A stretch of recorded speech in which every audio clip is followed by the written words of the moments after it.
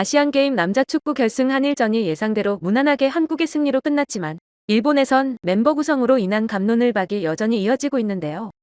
야후재팬 기사를 쭉 훑어봐도 숱하게 강조되는 U22가 바로 현 일본의 여론을 보여주고 있습니다. 이때 한국 언론이 일본의 그런 세태에 일침을 놓은 기사가 일본 언론을 통해 야후재팬 메인에 올랐는데요. 기사 내용을 종합해보자면 왜 경기 전엔 당당하게 일본 대표팀을 강조하고 패하고 나서는 돌변해 U22를 강조하는지가 골자라고 할 수 있습니다. 특히나 일본 축구협회의 경기 후 공식 SNS에 굳이 U22의 일본 대표팀을 표기한 것을 문제 삼으며 만약 일본을 U22로 표기할 것이라면 한국 역시 U24로 표기했어야 되는데 한국은 마치 성인 대표팀이 일본 U22 대표팀을 상대한 것처럼 의도적으로 오해를 불러일으킨 것을 문제 삼았는데요. 해당 야후재팬 기사에는 천여 개의 댓글이 달리는 등 일본 축구팬들이 비상한 관심을 나타냈습니다. 눈에 띄는 댓글들로 추려봤습니다. 일본 대표 선수 여러분 수고하셨습니다. U22는 아직 대부분이 대학생이라는 것도 있다고 생각합니다만 해설의 후쿠다 씨가 말한 것처럼 일본 대표팀 유니폼을 입으면 어떻든 일본 축구의 대표로서 시합을 하게 됩니다. 항상 일본에 얽힌 기사는 한국 대표팀의 시샘으로 들리지만 이번에 관해서는 일본 축구협회에 투고의 흠이 있다고 생각합니다. 어떤 형태로든 일본 대표가 한국에 졌다는 사실은 틀림없는 사실입니다. 한일 축구 사정상 요즘 일본이 강해지고 있어서 혹시나 하는 기대를 걸었지만 역시 그렇게 만만하지 않았고 완패였다. 잘도 이 점수 차로 끝났어. 일장기를 건다고 버프가 걸릴 일도 없으니 선수들은 건투했다고 본다. 하지만 위를 목표로 한다면 이걸 뛰어넘는 실력을 키워야 하니까 결과를 탓할 생각은 없지만 부남을 발판으로 성장했으면 한다. 양쪽 다 룰에 따라 선수를 구성했어. 그러니 진 건 진 거. 제대로 이식 못하고 변명으로 일관한다면 한층 더 레벨업을 바라긴 힘들 것 같다. 월드컵에서도 20세 전후에도 활약하는 선수는 있어. 결승전은 준결승전인 북한전과는 달리 한국이 패스 줄기를 꿰뚫고 있어서 타개하지 못한 것처럼 보였음. 경기 전 준비와 선수 경험의 차이가 분명한 것 같더라. 남녀 연대 그 외 카테고리에 관계없이 지기만 했기 때문에 그 울분을 풀고 싶었을 겁니다. 전체 레벨의 차이가 너무 커서 일본이면 뭐든 좋았다고 밖에 말할 수 없네요. 일본을 이겼다 라고 언제까지 계속 말이 될까요? 대체로 규정에 따르는데 의도적으로 베스트 멤버를 구성하지 않는 팀을 출전시키는 게 문제가 있는 거 아닌가? 실력차가 난다고 출전하는 의미가 없다면 출전을 안 하는 게 나을 듯. 솔직히 한국은 강했어. 패스 스피드 빠르고 압박도 빠르고 피지컬도 강하고 모두 한 수 위란 느낌이 들었음.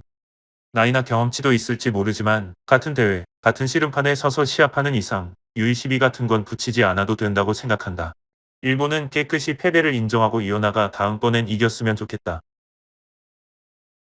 시합 전후에 일본이 호칭을 바꿨다고는 생각하지 않지만 U22니 U24니 붙이는 보도도 좀 그렇지 않나라고 느끼고는 있었음. 결과는 예상대로였습니다. 마치 J리그 출범 전 대표팀을 보는 듯한 시합. 피지컬에서 압도당해 가진 기술도 내놓지 못하고 마음가짐에서도 지고 있었다. 개개인이라도 빛나는 걸 보여준 선수가 한 명도 없었던 것도 유감입니다. 급조로 어려웠다고는 생각하지만 8위 뽑힐 선수는 이 중엔 없겠죠. 이에 분발하여 승승장구하는 선수가 나오길 기대합니다. 그런가? 키퍼는 좋았다고 생각하는데. 사토 케인이랑 도치기 SC의 키퍼는 그럭저럭 기대할 만한 듯. 필드에 서면 나이는 핑계밖에 안 되지만 이번 경기에선 전술 기술 모두 한국이 앞섰다고 봐. 목표가 월드컵이라면 거의 대학생이고 이 정도까지 싸울 수 있었던 건 일본의 강점 아닐까. 이번 패배를 양식으로 다음 대전에선 압도해줬으면 한다. 한국 선수들은 알 거예요. 언론이 말하는 것뿐이라고. 여기서 이겼다고 일본보다 앞섰다 생각하진 않겠죠. 운동선수로서 병역 면제가 된 것에 기뻐한다고 생각해요. 한국은 이런 나라, 그렇기 때문에 이겼으면 했다. 경기 내용은 한국이 확실히 앞섰지만 이 성장 과정의 선수들에겐 좋은 경험이었다고 생각합니다. 잘했습니다. 학생이나 프로의 젊은 아이들도 자부심을 느낀 좋은 대회였습니다. 고등학교 3학년의 주력대 1학년 같은 경기였습니다. 한국 국민들 많이 기뻐했으면 좋겠다. 약한 상대를 이기는 건 당연하고 그 약한 상대가 5년 후에는 성숙하고 늠름한 일본 대표가 되어 배반으로 보답하는 날이 반드시 옵니다. 그것을 위한 대회라고 일본은 파악하고 있습니다. 연령별이든 성인 대표든 패배는 패배. 나라를 짊어지고 싸우는 이상 선수도 스태프도 협회도 서포터도 언론도 분하지만 이 사실을 받아들여야죠. 지고 나서 우리는 A 대표를 넣지 않았기 때문에 이런 건 부끄럽고 상대국에 매우 신뢰, 승부이기 때문에 질 때도 있겠죠. 이기더라도 상대를 리스펙트, 경의를 표시하는 게 일본 대표로서의 스포츠 정신이라고 생각합니다. 시작하기 전부터 대놓고 U21할 거든. 애초에 육성 전제였고 처음부터 일본은 아시아에 시선을 돌리고 있지도 않아. 한국은 이겼으니 잘 됐네요. 축하해. 여기서 중요한 건 패한 일본 선수들을 우리가 응석바지로 만들지 않는 겁니다. 상대는 유로파까지 투입했다느니 U24 연상이니까 어쩔 수 없다느니 그런 건 변명이 되지 않아요. 랭킹 아시아 톱 월드컵 상위를 목표로 하고 있는 일본 대표로 싸웠으니 저 정도의 팀에 져선 안 됐어. 특히 이 경기에서 경영 면제가 걸려 죽을 기세로 오는 상대를 동정 하나도 없는 비정함으로 3대2 정도로 이겼으면 했다. 유감스러워. 선수나 스태프는 패인 분석을 철저히 하고 반성하라. 아시안게임 4연패라는 기세를 올리고 있으니 일본 축구협회가 진심으로 멤버를 모아 아시안게임을 재패하는 편이 좋지 않을까요? 다만 그러면 한국 축구 선수들을 절망의 구렁텅이에 빠뜨리게 되겠죠. 현재 한국 선수들이 병역 면제를 받을 수 있는 가장 큰 기회는 아시안게임 우승이고 그 밖의 가능성은 극히 낮으니까요. 진심의 멤버를 보내지 않는 일본의 마음속으론 매우 감사하고 있을 겁니다. 부딪힌 선수들 죄다 어린애처럼 날아다니던데요. 자세히는 모르는데 잘생긴 나에 취해 있던 10번. 비실비실하더라. 이에 관해서는 솔직히 일본은 변명해선 안 된다고 생각합니다. 봄에 WBC에서 시작 전부터 미국은 진심의 투수진이 아니란 보도가 있었고 실제로 일본이 우승한 후에도 그런 말을 들었죠. 하지만 그런 건 상관없이 일본은 분위기가 고조됐었죠. 도쿄올림픽 결승에서 미국을 꺾었을 때도 상대는 모두 비메이저리거였지만 일일이 상대가 대단한 mem버가 아니었기 때문이라고 일본 측 언론도 크게 떠들지 않았죠.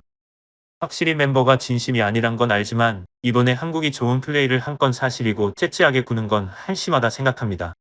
일본 플랜대로 했을 뿐인 거지 그래서 졌다면 어쩔 수 없죠. 섣불리 변명하는 게 보기 흉하고 인정할 건 인정합시다.